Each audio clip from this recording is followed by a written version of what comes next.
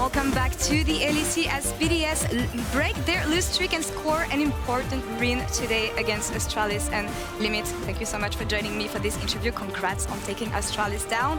I want to say, looking at the game, it really looked like a classic BDS game, a really good early game, picking up the lead into mid-game slip-ups and fights. But what allowed you to keep the game in your hands this time? Yeah, in classic BDS fashion, we somehow managed to win early game, and then I think it was like a 5k gold lead at min 15. Yeah. We saw the enemy had bounties, and that's usually a pretty good sign that you're in the lead. And yeah, you summarized it pretty well. In classic BDS fashion, we managed to stall this game out for like 20 more minutes, I think. But I mean, what kept us in the game? I think even though like the mistakes we did were, they were bad, but we still thought that we were stronger and that we were good state in the game, and we were kind of just waiting on Astralis to kind of mess something up, which they did with like starting Nash. I think they just got too impatient or like too nervous, and we instead of us trying to win, we let them win for the game for us, I guess. All right. Well, I feel like betting on opponents' mistake is often a good thing to do, but do you feel like you're making improvements in the mid game? Yeah, I mean, mid game is a pretty big like question mark for us. Obviously, it's the time it's not something that you can practice so much in scrims, I guess. Like obviously to have a decent mid game in scrims, first you need to have good early games, right? And there are multiple variants that can affect this, right? It's not as easy as practicing early game stuff, but it's been a big focus of us, and we know it's a problem. Like we are all aware of it, like losing games just because we are like headless chickens, don't know what to do. It's kind of frustrating for us and for the coaching staff as well. But we are making moves and stuff to improve it. It must be good picking up a game like this, at least. And you know that everything is still open for the race for playoffs. And a game like this, again, may give you hopes for the rest. So what do you think of BDS development for the 4 games you have left? The opponents, if you don't know them, are G2, Rogue, and Mad Lions. What are your take on that? Well, I'm going to be honest. We as a collective, obviously, we still want to go playoffs, but we're kind of we're just taking it honestly game by game, right? Sure, if we do an accidental miracle run, nice, we're in playoffs, right? But with the stuff we showed, honestly, we kind of don't deserve to be in playoffs, which is, sad, but it's also like a good lesson for us to come back stronger in summer and be prepared there. As you said, you're putting everything in your favor to just come back stronger, and everything is yet to be decided. So we'll see after the last week. But for now, Limit, thank you so much for the interview. Congrats again on taking down Astralis today. Thank you. And for more on the next game, SK versus Vitality, take it away, Sjokz. Thank you so much, Lovely. Another huge clash is up next, as Laure already alluded to, in terms of the race for playoffs. SK Gaming face off against Team Vitality, 2 teams that are incredibly close in the standings, and this win or this loss really matters for the both of them. We've got 2 teams with very different expectations, and when we start with Vitality, we talked about Fnatic being a super team at the top of the day, Broxah, but Vitality was the other one that so many people were looking at. What do you think about the level they have shown so far, and maybe what their issues have been so far this season? I think there's no doubt that Vitality came into the season being one of the most hyped teams, the team that we really expect to show up. But I think, unfortunately for them, I guess a bit similar to G2 making changes last year. Sometimes you can build these super teams that don't always show up, at least not immediately. These players need time to gel, time to work together, time to find their own style and figure out how to actually approach the game as a team. And I think they've had moments where they've been able to play really well, mostly just through their individual skill, really. And what I would like to see from them is them to actually play more as a team, have that decisiveness when it comes to the team synergy, team decisions. And I think if they can soon enough get to a point where that is the case, obviously they don't have many games left, so it has to happen rather quickly, then they're going to be really scary. But obviously, you know, we have focused a lot on Vitality in terms of those individual pieces working together, and I don't think all of them have been performing to the standards which they would set themselves. The real question is, can they all start to peak when it matters at this point? Because, as you were saying, there really isn't that much time left. No, exactly. And Vitality has been finding problems in the early games. The only places where they're finding advantages are in the laning phases of respectively Perkz and Alphari. Perkz is an adversary you've met many a times, right? Both in NA and in EU. Do you think he has the ability, not to put it all on him, but we know that he is the clutch player from the past. Does he have the ability to rally this team for the second half of the season? I think if there's any player who can turn around this Vitality team, it's going to be Perkz. I have played against Perkz a lot of times, both while he was in G2, while he was in C9, and in both cases I saw him help turn around those teams when they really needed him to. The first thing that comes to my mind is always us playing here at the studio in 2019, summer, playing for a final spot in Athens. We and Fnatic were up 2-0, we're backstage, and we were pretty nervous because we needed one win to actually make it to that final. We were like kind of nervous, talking backstage, excited and all. We look over, G2 is standing like, pretty far away. And we can just all see Perkz like grinning, smiling, just enjoying himself. Oh no, he's got us where he wants. Yeah, and actually seeing that was pretty crazy to me, because normally if you're in that situation, you're down 0-2, it's not an enjoyable time, it's not fun, but he just managed to lift up the atmosphere, lift up the mood, and then, yeah, we kind of got reverse swept, obviously. We don't want to get too far into that, but I think that's a good example of Perkz actually dealing pretty well with the pressure, managing to just put hopes into his team and kind of lift them on his shoulders when it really matters. He did that often in G2, he did that on C9 over in North America. Now he gets a chance to do it for a third team, for Vitality, and can't know for sure if he's going to do it again, but I think he has a good chance to do so. He definitely has a chance to do so, but is it all going to come together with the other members as well? They're up first is SK Gaming. SK, who started the season so incredibly slow, I think to the point that people had lost hope a little bit, maybe even the players themselves, but then last week, Nymaera, 2-0 off the aggressive jungling of Gilius. What is their recipe for success? Well, like you said, they kind of fell off the radar, but it has come from that early game. That was where they found a lot of issues beforehand, whereas they'd put a lot of effort into trying to keep this bot lane duo of Jezu and Treatz together, and it hadn't worked out for most of this split. We started to see that early game come together, like you said, through Gilius, having that early game jungling to kind of get them back onto the board, and they've started to carry at this point. I think they've also managed to solidify their top lane, so it's all happening together in cohesion. I think Hullbreaker's really worked to help with that cohesion in top lane, reducing the volatility of that laning phase. So you've got something which is kind of set in stone on the top side, and then you've got the bot lane, which is now flourishing because of it. Talk to me about the Alphari versus Jenax matchup and where that Hullbreaker comes into play. Oh, well, I think this is the two sides of the coin now, because if we're saying that, okay, well, Jenax wants maybe less volatility, focus more on the wave management, secure his 4v4 elsewhere on the map, because, they do have those competent carries coming online. On the other side, if we're talking about the individual skill and the leads which are coming through, Perkz and Alphari, well, maybe having a Hullbreaker on the other side stops some of that volatility working in Alphari's favor.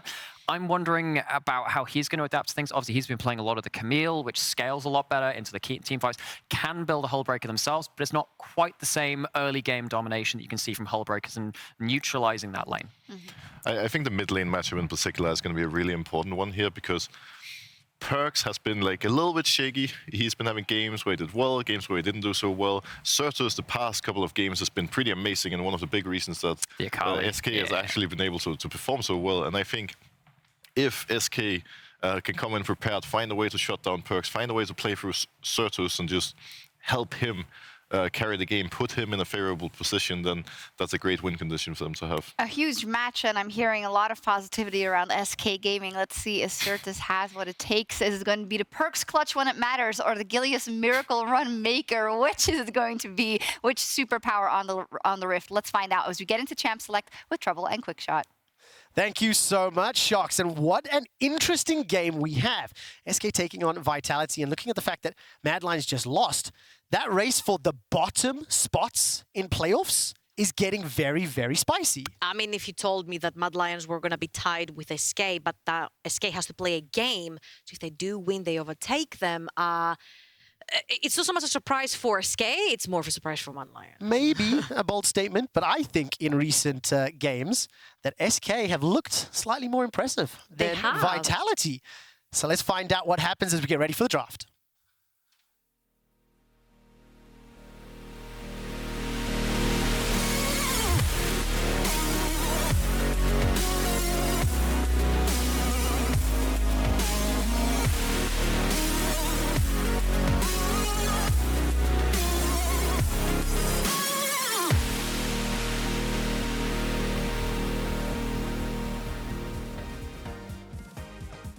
Oh, some funky tunes in Game 3 today. I'm glad our microphones are muted while this music is playing. I don't think that they were, and I think you serenaded everybody. Let's turn to the draft. What sort of priorities do you think we're going to see here from maybe SK? I think Jezu and Treatz have found a little bit of rhythm recently. I think Gilius as well has been, I mean, as a team, they have all been stepping up. Yeah, absolutely. And I think it all comes down to what Gilius said as well the other day. He's like, everyone trusts each other, and now I just need to be that machine my team needs to make it to playoffs. He's done it before. He's done it before with Schalke. He can do it again. Now, what does it mean by machine? Because I interpret that as like God Gilius popping off, carrying everything. I think it's more about, you know, the players trusting each other, right? It seemed like there were a few trust issues at the start of the split where they were not trusting decision-making or plays that were happening, and everything was on its own pace in different sides of the map. Now they all seem to be playing very well together and coordinated. Going back to your initial question, though, one of my very favorite, champions that is being prioritized actually got banned out, so I'm really happy to see that. Graves has been banned out. I would say Jenax first picked Graves in his last game as well, and he did really well. Now, what is up and available? Obviously, the Jinx, the Aphelios are still up. These are some very first pickable picks. Jezu loves to play the Jinx as well. And of course, both of these teams have played a huge variety of champions throughout the course of Spring. Maybe Jezu leaning a little bit more on Jinx than the rest of the players. 6 games for him this time around, and Jinx has definitely had a great start to week 7. With so many power picks available and trying to anticipate what you want that's relatively safe, quote unquote, into Team Vitality, it's a difficult situation. Yeah, absolutely. Now, of course, there's a bunch of power picks like you mentioned, Hecarim being one of them. I think Hecarim is one of these champions that is so versatile. And yes, he's not so active in the very early stage of the game, but Gilius had a fantastic game on the Hecarim last time he played it. It was so instrumental for SK Gaming's victory, and you have the chance to disengage but also engage with the champion. So it's kind of like a joker in your pack of cards. I mean, that Hecarim, you talked about how good Gilius was in it. Before this week, Hecarim was played 3 times in LEC, 2 of them by Gilius, both of them victories. And today in our first 3 games, we've seen Hecarim showing up. So definite changes in the patch and priority picks as well. I'm gonna say it's been a champion that we have seen in the ERLs, particularly in the NLC, a lot since the start of season, and now it's been getting picked up more with the whole changes on the Sterak's as well, because he builds that chem tank and it's much easier for him. Now, I'm just not the biggest fan of Kench, especially paired up with Jinx, because you lose a lot of that pressure. For example, if Treatz here wants to play something like a Lulu next to Aphelios, you can also go for the Rakan as well. It's just so underwhelming together with the Jinx that wants to have that pushing power in lane. And, we've seen the power of both the Aphelios and the Jinx multiple times today. Only copy running the Zeri into it. But I do think one of the things we talked about prior to the show was how that wave pressure, the wave clearing power of Jinx is very valuable. Vitality with the Tahm Kench, if Labrov decides to roam or babysit, will give some tools over. And now we've got the Gangplank locked in. Again, wave control, long range. Now that makes more sense, and it also makes Aphelios' life so much harder to play in team fights. The counter barrage goes down, you cannot walk in. Now, of course, mid laners here have been completely neglected, the likes of Oriana's, the Corki that has been hovered for both teams. Sertuss absolutely murdered last week with the Corki, especially with his package usage right here. So maybe this is something that SK would like to look towards. And Perkz, honestly, he has like a huge jumping pool. You can't necessarily pin him down, but you can take away things like probably like Syndra, maybe the Oriana, or you can even look to pin down Selfmade at this point, something like the Gwen, the Diana. There's so many options available. I'm also very interested to see what Jenax is going to be running into Alphari's Gangplank up in the top lane. Jenax, one of the quiet performers for SK through the last couple of weeks. There's the Diana you talked about, removed from the pool. Karma taken out as well. And, definitely looking at some of those like utility type picks that would buff up this Hecarim. I think just get him to the back line, try to shut down Carzzy on Jinx. Both SK and Vitality are really taking their time this draft, really trying to react to what the others are doing. And I'm hoping that that is a bit of a sign of things to come because of how important this matchup is. Corki is banned away. So Sertuss will not be able to play that. Something that has not been banned away though, and he also had very huge success with, has been the Akali. And so far on Team Vitality, I do not see a lot of hard CC to try and pin the Akali down in a fight. So this could be something that Sertuss could potentially be looking forward. Banning away the Orianna gives me also sort of the... it kind of pokes me saying, you know what, Ball does really well into the Akali. You can push her out of lane, you know, level 1. You're very obnoxious to play against. We could potentially see again, the Akali works really well with the Hecarim, diving in together with the Rakan.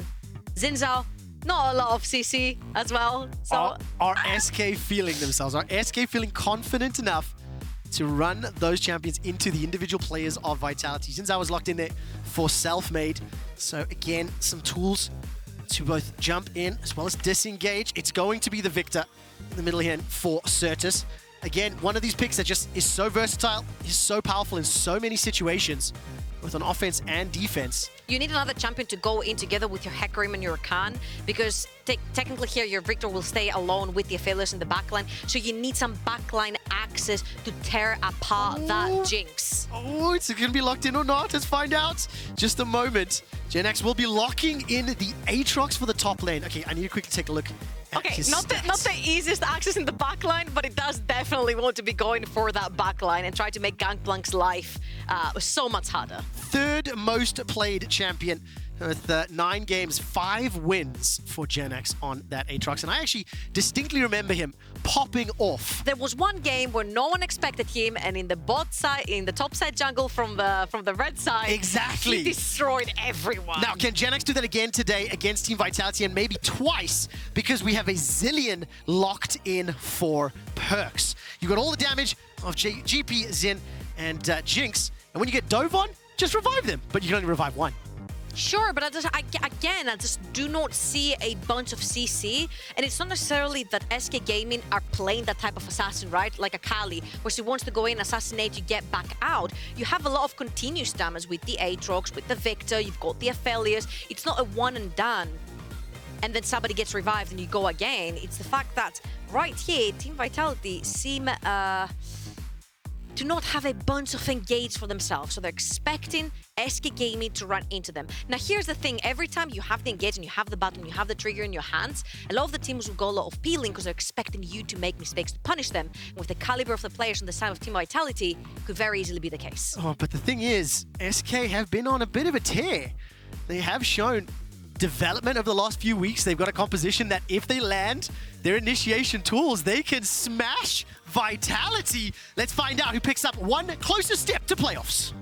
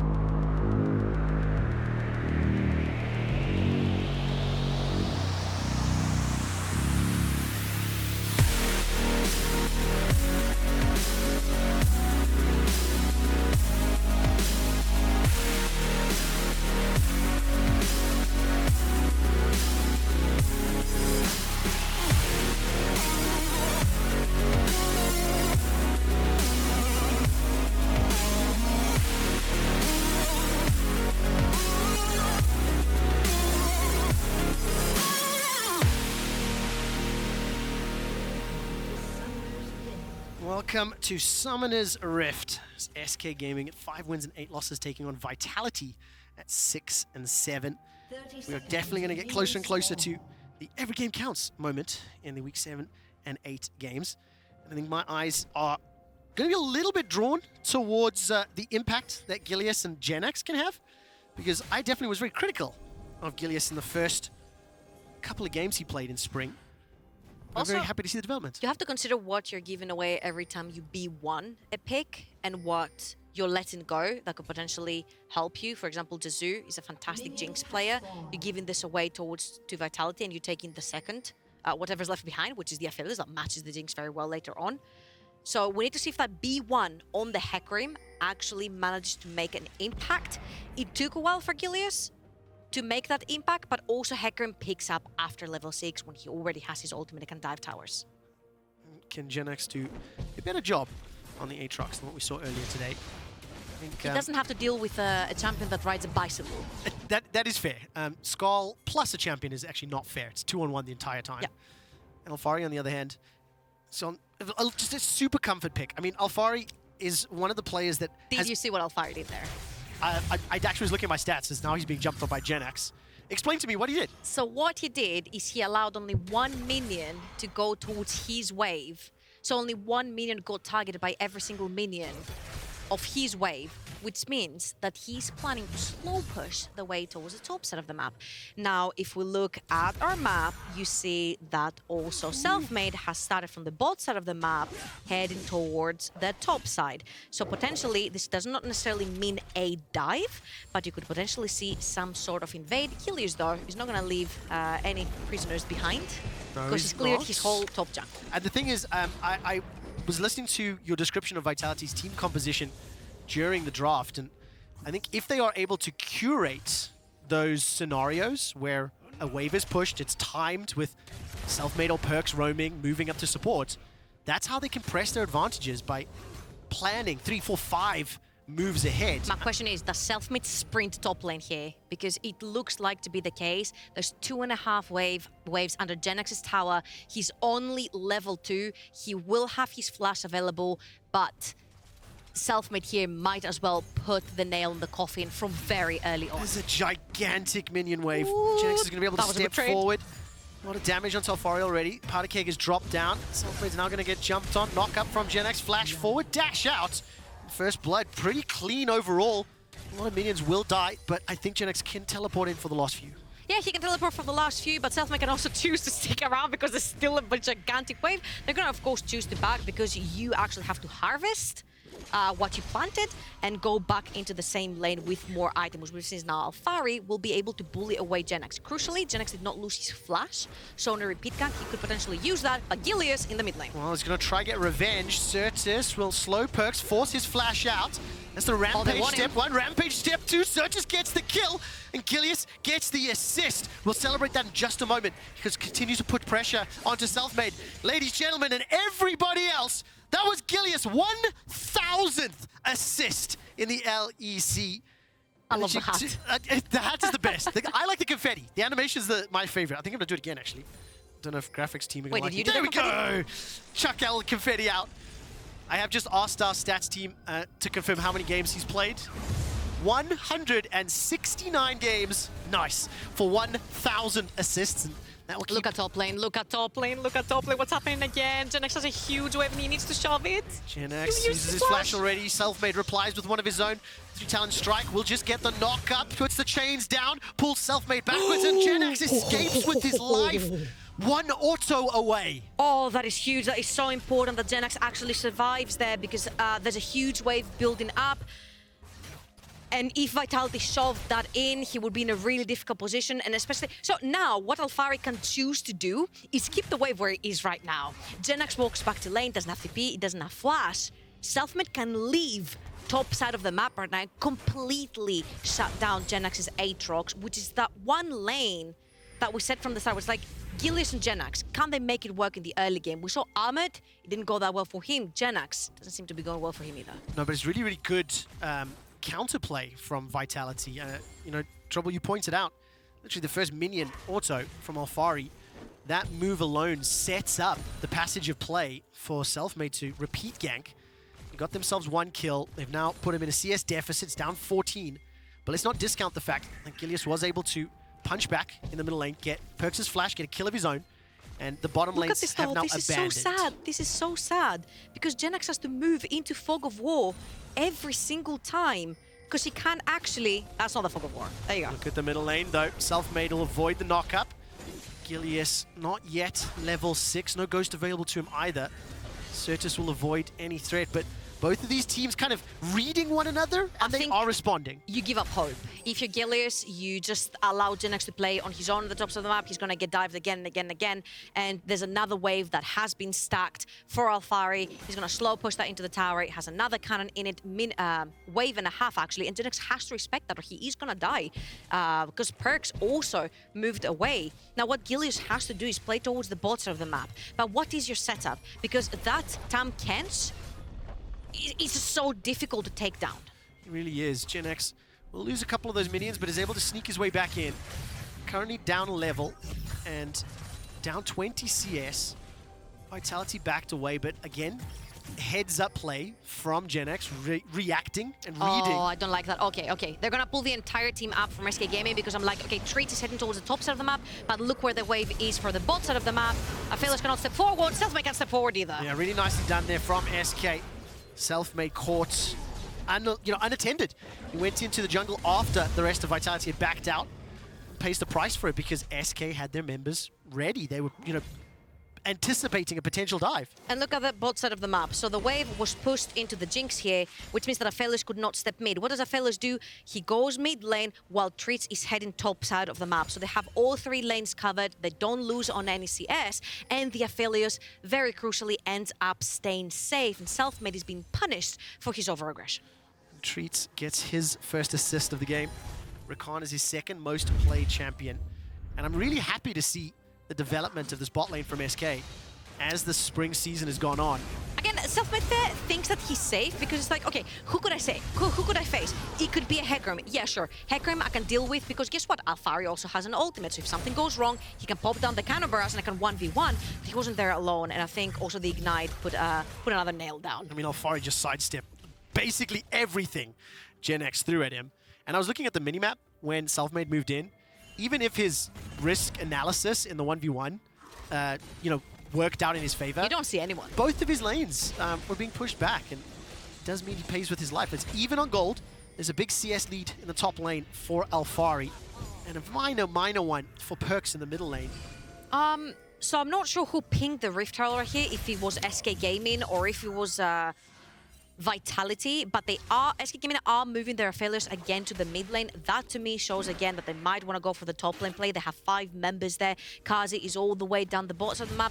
Does have his super mega death rocket, which we have seen some insane snipes from Jinxes, but because SK are moving in first, they have the 5-man stack as well. Vitality is going to respect that, and the Rift Herald is going to go towards the blue side. Really nicely done. Once again, objective will be secured here, uncontested. Jenax, by the way, hadn't bought anything prior to this, and was trying to pick fights with those plated steel caps on Alphari. Ooh, I do like the approach he has. Sorry, Quickshot, that is very huge. They sending Jenax towards the bot side of the map because it would be very dangerous for Aphelios to try and cut through the jungle because look who's in the jungle. There's 4 members right now of Vitality ready to punish whoever walks in. Again, I don't think I've seen SK play that cleverly around the map, especially when they don't know where their opponents are and they're just guessing. 100% agreed. 100% agreed. And they are staying within touching distance. They punished that invade from Selfmade. Now, Carzzy is already securing some plates. Need to see how SK can respond in the top lane because this will be a third one momentarily once the next minion wave crashes. Alphari has paid respect and backed out. Gilius is heading towards the top side of the map, so I'm assuming this is going to be a Rift Herald drop. Now, what Vitality can reply with is probably they can stay around to take it. Hello, Jenax? Jenax is, by the way, 2 levels down on Alphari, and Labrov finds the initiation. Jenax just waiting in range of minions, and this cannon barrage will slow everything down. So big advantages being accrued in terms of gold on the side of Vitality.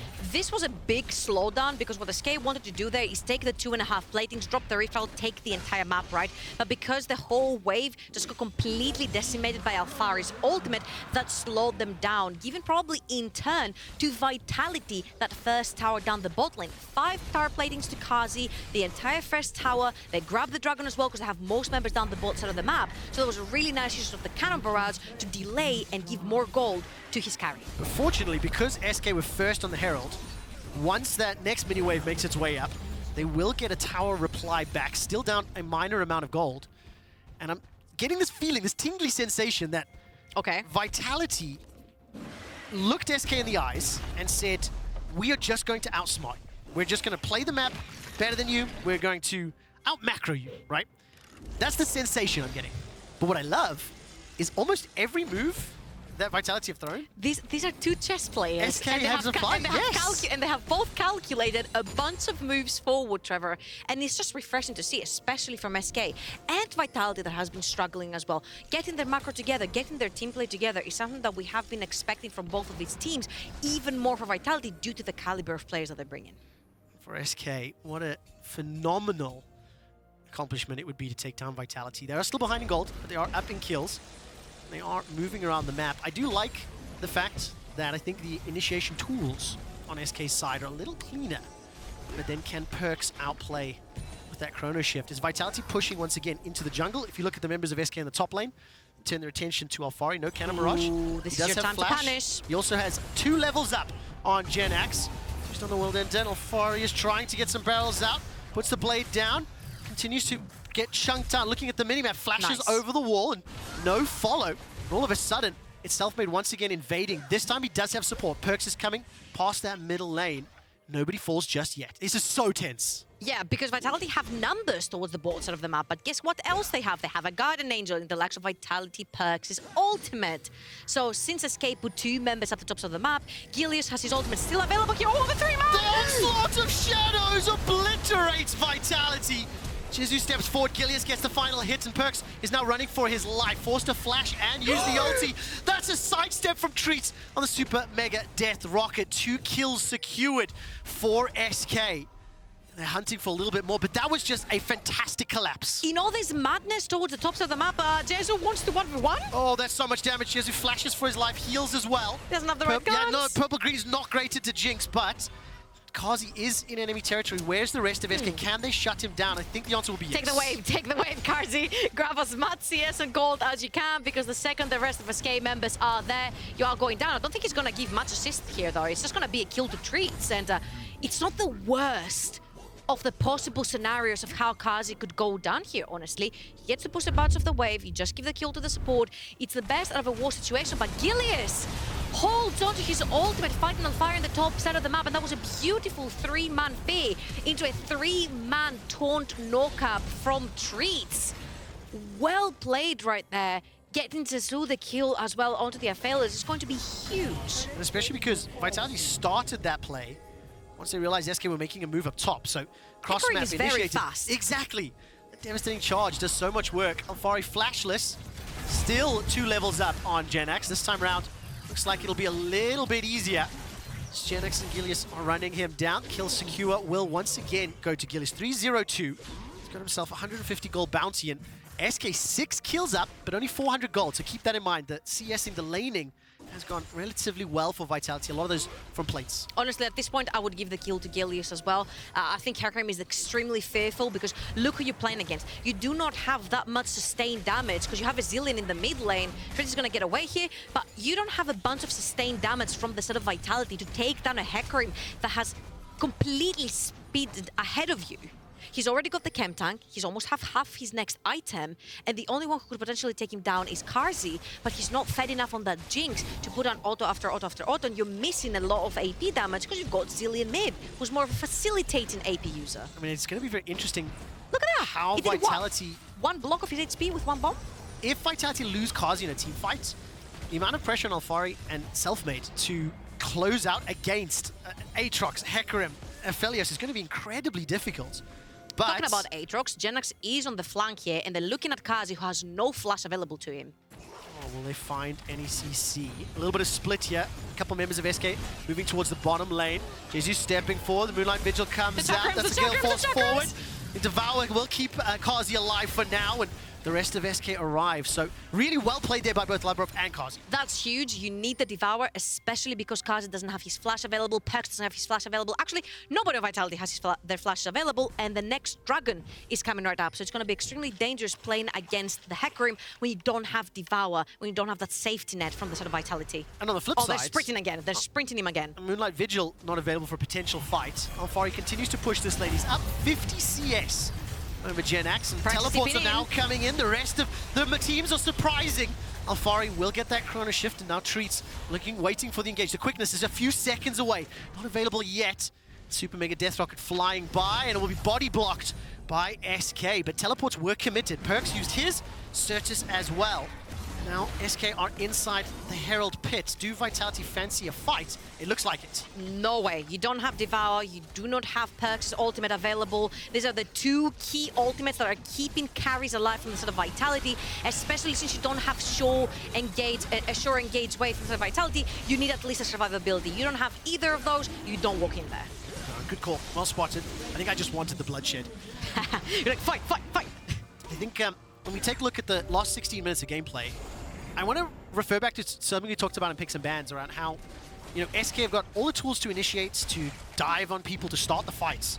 But it feels as though Vitality are pulling those triggers a little bit more, but it comes from these movements around the map. It comes from the vision. It comes from looking for the dives. I think it mainly comes from the pressure that Alphari is exerting on the map. Again, he's gone for the whole breaker onto the Gangplank as well, which means that if you leave him alone in the lane, he's gonna take the entire lane together with every structure he sees in front of him. This is where you see Gilius playing top side of the map so much, trying to shut him down. I think at this point it's a little bit too late to try and shut him down, and especially because Jenax is not the one getting the kills to try and play the 1 versus 1 in the lane. It's just a little bit difficult. So you have to stick around Jezu, you have to stick around the more hyper carries on your team, like Sertuss on the Viktor and like Jezu on the Aphelios. Play around them, try to play for the 4 versus 4, leave Alphari on the side lane. I mean, this game will come down to which team can pull off their strategy better. If Alphari can win the war of attrition and just keep pushing side lanes until SK lose their Nexus, that is one of the most clear paths to victory that you can see. Oh, the and TP. SK are demonstrating their path to victory. Engage, stomp, kill. They managed to pop the ultimate from Perkz already. Selfmade is now running for his life in the river. Devour will buy some time, and the flash will put Carzzy closer to his tower. Selfmade not taken out just yet, and Carzzy may turn it back around. Super Mega Deck not going to find it. Sertuss takes him down. The first kill of the fight is secured in favor of SK, and that was on a knife's edge. So many people so close to death. You know what? I would reply to this meme with, you did this for what? Why not? Yeah, but why? Why not? Why though? Because there's no objective up on the map to take, SK. You blew up so much without anything that you can take right now. And yes, you blow a bunch of summoners up, but you can see how Vitality love to play this game. They love to play peel back, they love to go backwards. And mind you, in this particular fight, they didn't even have Alphari to play the fight with a bunch of barrels around. So I think it was a very great showing of Vitality on what their composition does best, which is peel backwards when they're getting heavily engaged. And of course, Carzzy oversteps his welcome right there and gets completely stampeded over by Gilius. Oh man, SK managed to at least get themselves the kill. And I think, hypothetically, if they get 1 or 2 more, they can push down that mid tower. And I think that might be one of the tools to freeing up some movement around the map, because Vitality are definitely pushing. Look at the vision inside SK's jungle, continuously pushed forward. Gilius is looking for that kickback. It's a little bit alone there. Selfmade is going to come over the wall if he wants to. Bomb is dropped now.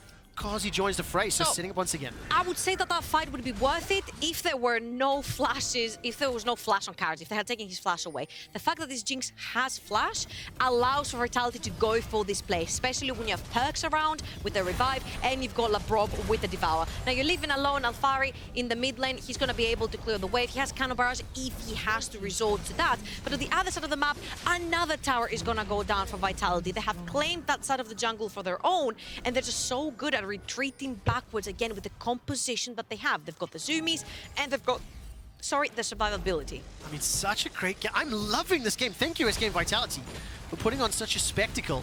Vitality are now up 1,000 gold. Can I quote Treatz when Sure. he said, I think all teams are getting so much better at figuring out how they want to play the game in-game. And I think this shows in this particular one. And I think the pressure will be on SK. They are still a little bit behind in gold. They're, I think, behind in control. Vitality have got themselves 2 dragons, and if you're watching the screen, our observers just did a great highlight of how dark SK's vision is. Vitality are moving unimpeded through SK's jungle, and if you look at the minimap, there's littered wards. And we're going to set up potentially for this next dragon. 49 seconds to go, and both teams starting to push out this mid wave. I believe the way that this Hecarim is being used is not to its maximum potential. You are getting so freaking tanky that you're literally the only person that can blind check into the opponent jungle and set down and help Treatz set down some vision. Instead, I've seen Gilius going in way too far into Fog of War where his team cannot chase him, and yet it doesn't cost him his life, which is way too tanky, but you don't gain anything for that. You don't gain any vision, you don't gain any control on the map, and I just like to see SK unlock themselves on that because they need that vision. Next dragon coming up in 10 seconds. You mentioned it. It's pitch black down there. Yeah, it really, really is. There is a ward in the red buff of SK's jungle.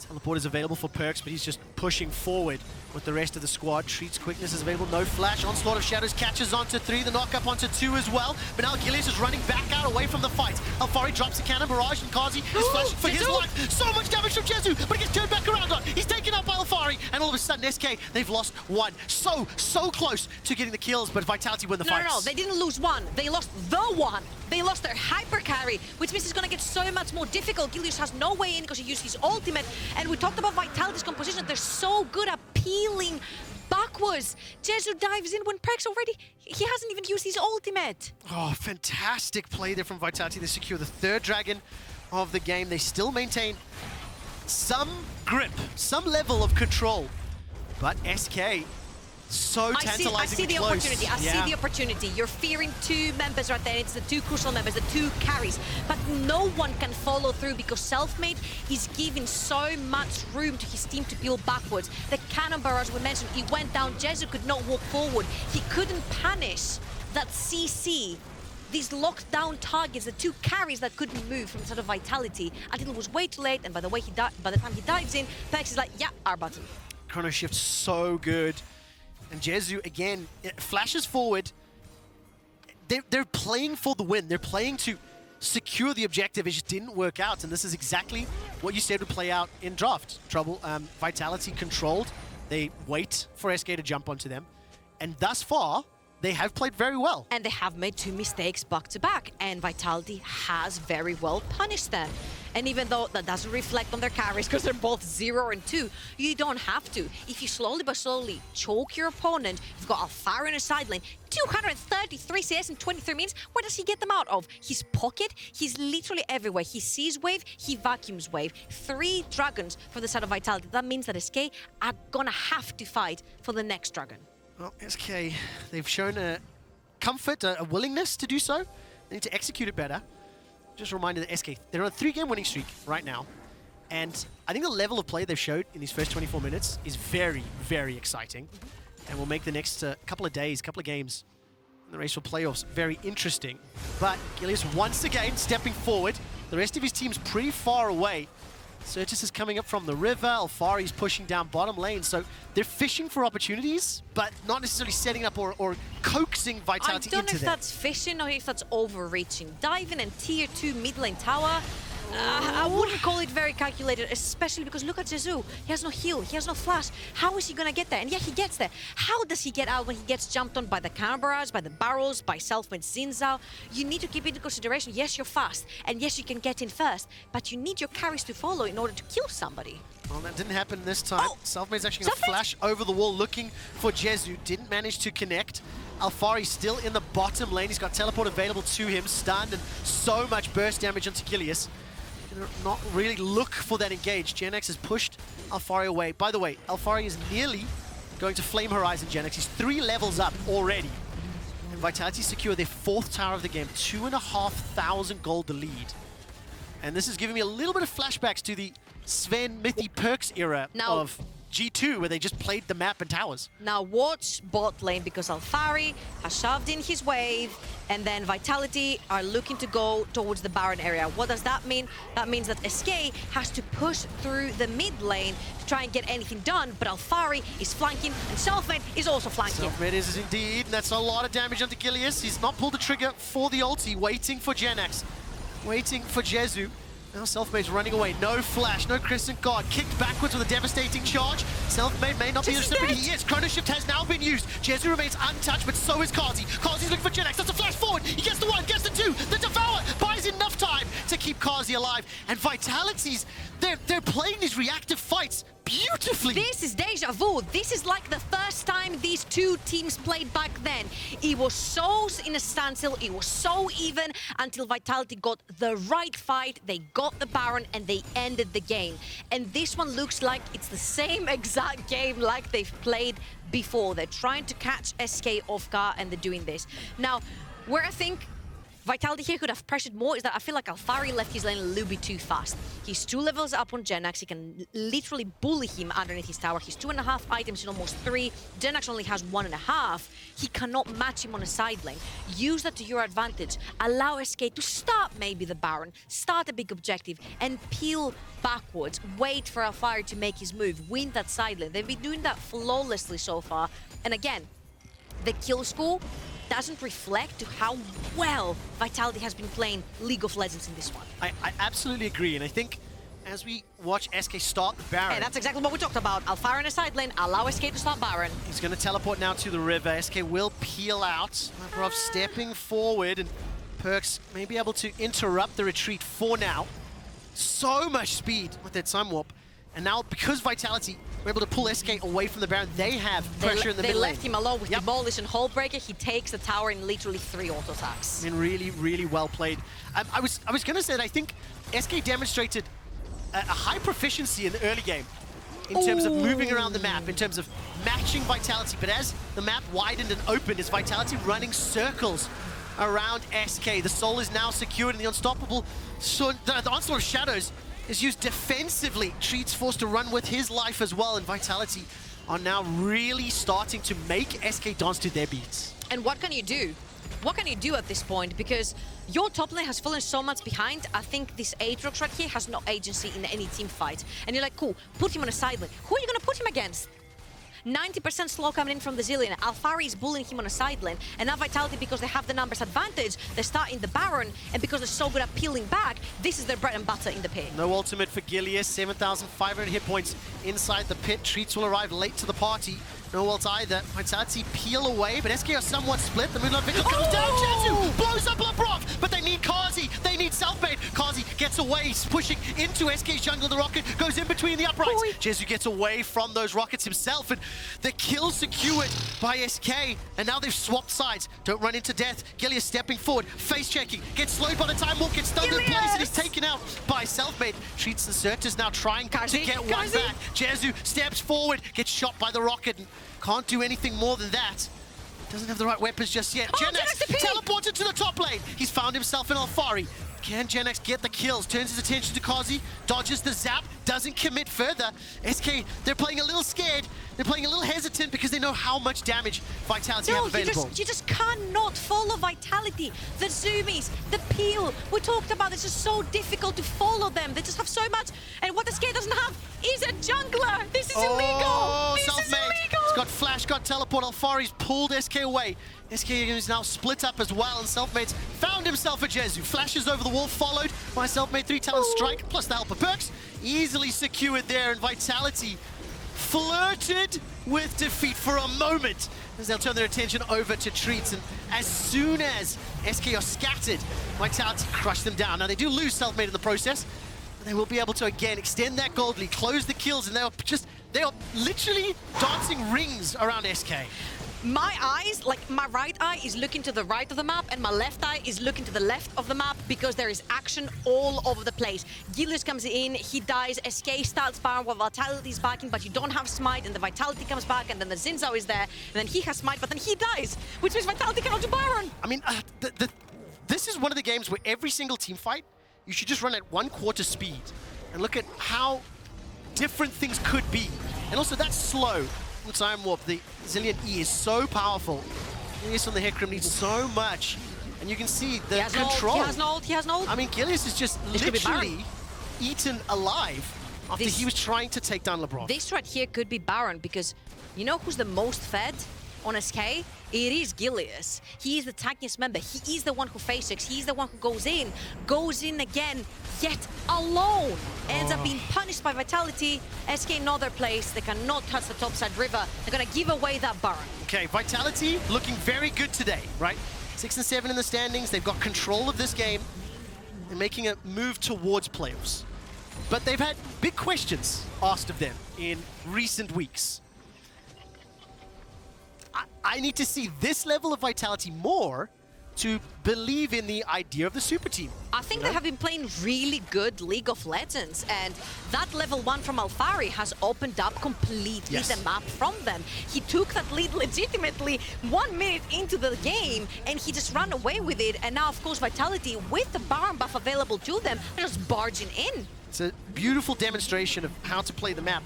And I think you do have to celebrate SK's early game. Their base is being torn apart right now, trying to deal with the super minions. Remember, the reactive composition of Vitality is so good, despite the knockups. Jenax, Sertuss, Jezu, they can't get past the front line. Selfmade and Alphari have held SK back, put their hands on their forehead, and said, you won't hit me.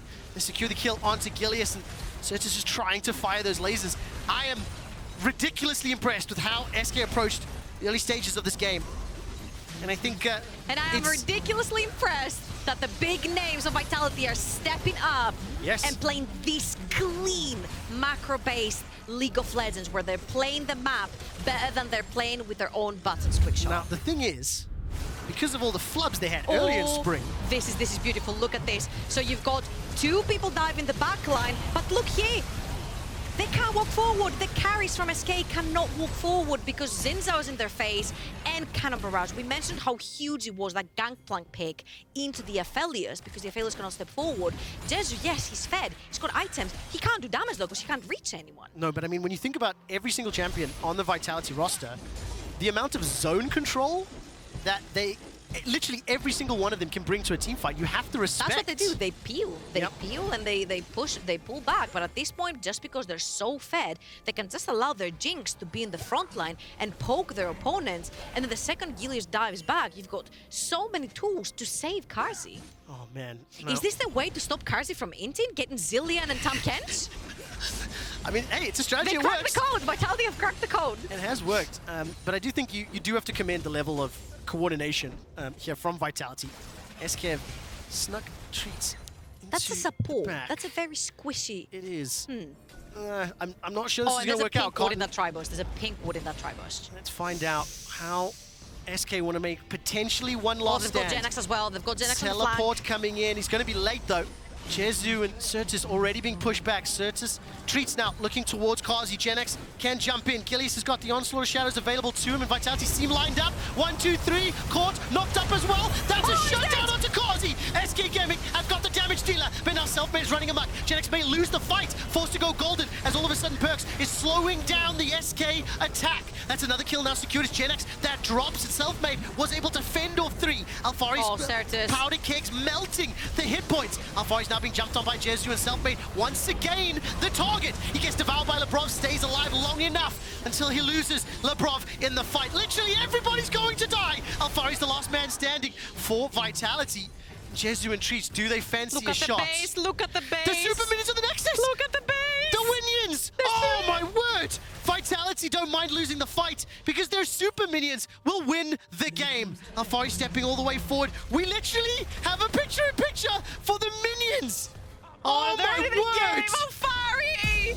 Vitality PvE their way to win. Woo! Alphari starteth, Alphari endeth here. Oh my word. I agree that it was that first move that begun the snowball that turned into an avalanche. But you said it yourself in the draft. Vitality have to play this map. They have to play this composition correctly. They have to respond. They played the map. I'm hard pressed to find mistakes. Like heartbreaking for SK. They're on a 3-game winning streak. They now lose to Vitality, but they are still in with the shot because that level of play is scary. You have to take this team seriously. Sorry, key player of the game, at LEC on Twitter. Winions, Winions, or Winions? I mean, I'll go with Winions. The second one. I love that the Madman Perkz used minions to kill a Nexus. Oh, apparently we actually do have a real vote. It's Alphari, Selfmade, or Perkz. Alphari. I said Madman Perkz. I don't know who made the calls, but literally to bait SK into the fight for minions to kill. I'm just flabbergasted. Absolutely flabbergasted. Oh man, playoffs is going to be so fun. So good. So fun when we get there. Welcome back, Vitality. Yes, welcome back. I mean, we'll have to find out how they perform in the rest of the games because Team Vitality get this huge victory. They put themselves 2 wins ahead of 7th place. After the break, Laure will be joined by their bot laner, Carzzy.